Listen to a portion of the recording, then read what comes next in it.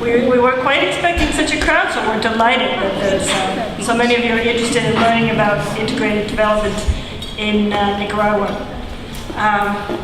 I have had the pleasure over the last few months of working with some wonderful people in bringing Rosa Elena Bello here. I'm sorry, my Spanish sort of intrudes suddenly.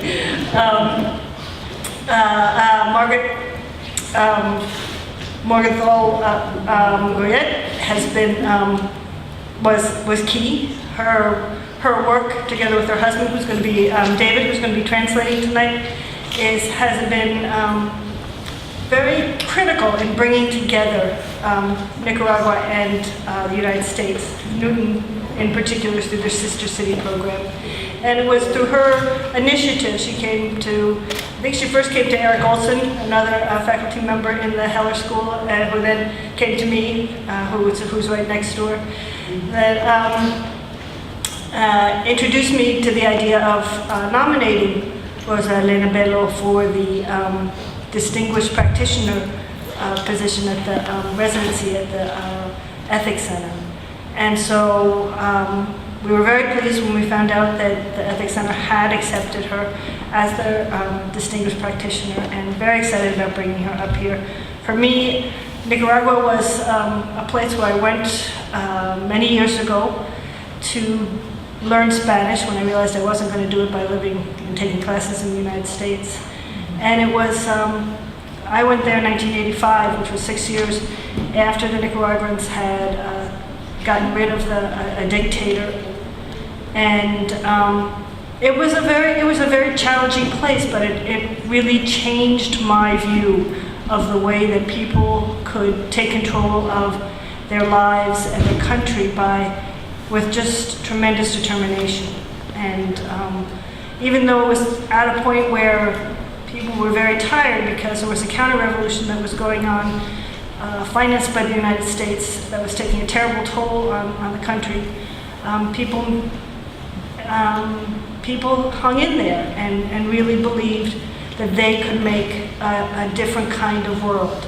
And that, for me, that's what development is about making a different kind of world. And so when Margaret told me about the work with the Newton San Juan Sister City project, I was deeply impressed that there were still people, because we as Americans our imagination tends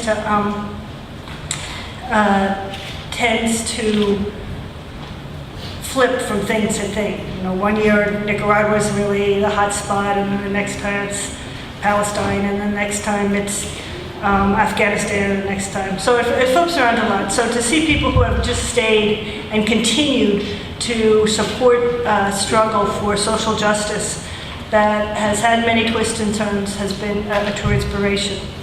And so there's a lot of people to thank. I want to start by thanking Barbara Strauss, who's sitting back there, probably directing you in. She has been a tremendous assistance to us and has just made this so easy to do for me. I'm sure it hasn't been so easy for her.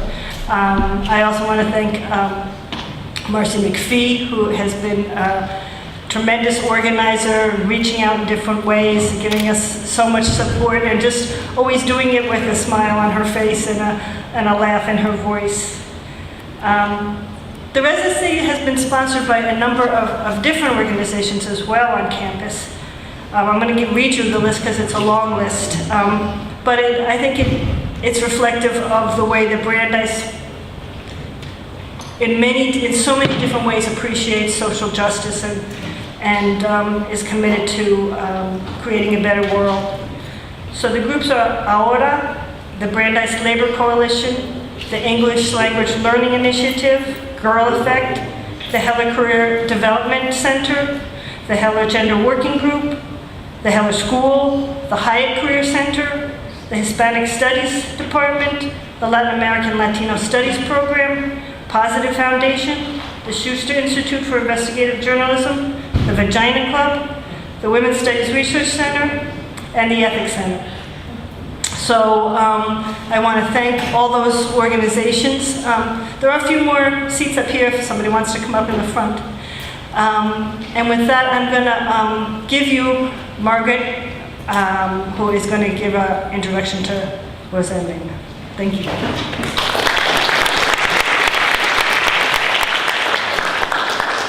It is so great that all of you are here today, and you are in for a tremendous experience because Rosa Elena Bello is a life force.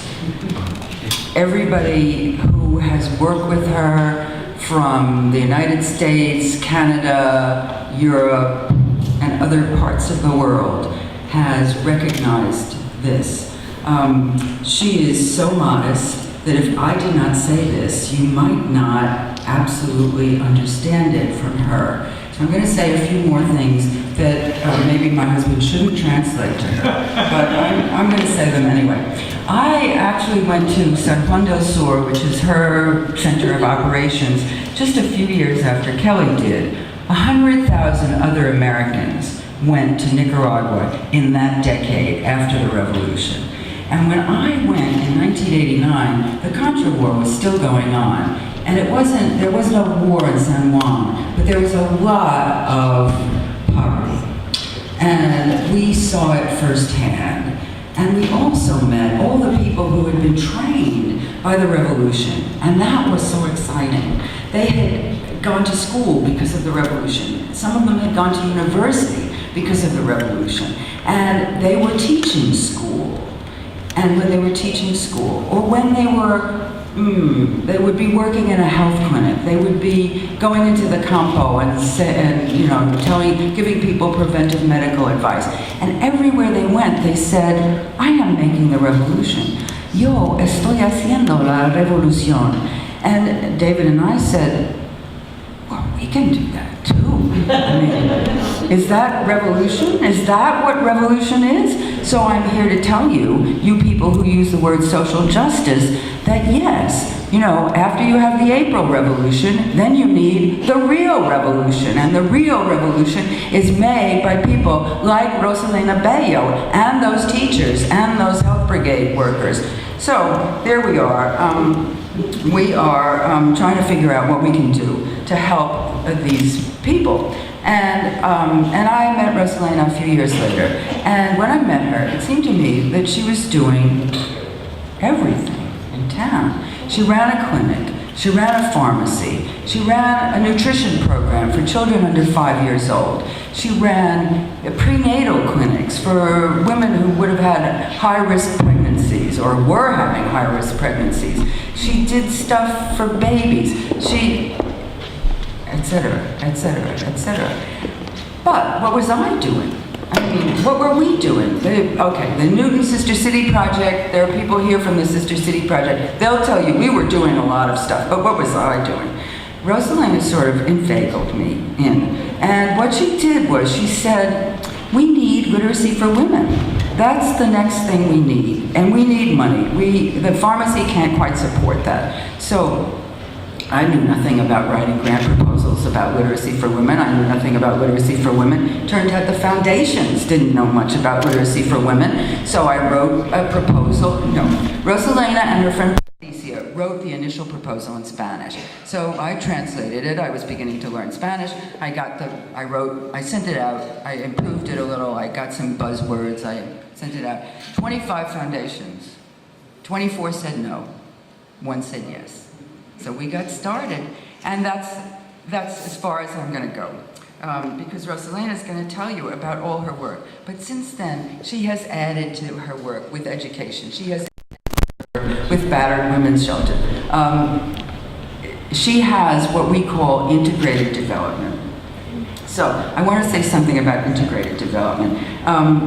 Kelley said something about fashions in the foundation world. Let me tell you how true that is. And the fashion right now is to have people who can have one big idea. This is Ashoka, a major supporter of social entrepreneurs like Rosa Elena. They want you to have one big idea and just run it around the world to your own country and as far as you can go. Okay, Rosa Elena is introducing you, and I am just underlining this, to a different model. The different model is you illuminate the corner where you are. Now this happens to be a huge region of Nicaragua because it's the whole southwest region and it's 250 square miles. But so illuminating the region where you are by making a lot of important things happen for people. People do not have just health or just education or just violence. They have all of these at once and other needs as well. So I'm going to, oh, and I have one other observation, I guess. Because many of you, particularly the young people I see here who have been in, who have heard Rosa Elena in our classes or who haven't but have heard about what she's saying in her classes, you are going to do social justice work. You are going to help make the revolution. I want you to listen to her very carefully beneath the words and see what kind of temperament it takes to be a kind of revolutionary like this. It's not that there's only one kind, but this is one important kind. So, and I'm going to close with two quotes from a Nicaraguan writer whom I really like. Her name is Gioconda Belli, and she is a poet and a memoirist and a novelist. And this comes from a memoir about Nicaragua, about her years as a revolutionary, and it's a lot of fun. It's called The Country Under My Skin, and there are two quotes from her. One of them I felt in 1989, and it was what was so thrilling about being in San Juan. In the struggle for the happiness of all, the first happiness that one encountered was one's own. And then the second one has to do with what I can say as somebody who's been working with Rosa Elena and all the people, and mostly the women in San Juan del Sur, but many, many men and good people who are still making the revolution all over the region. Nothing can compete with the contagious euphoria of collective dreams. Thank you.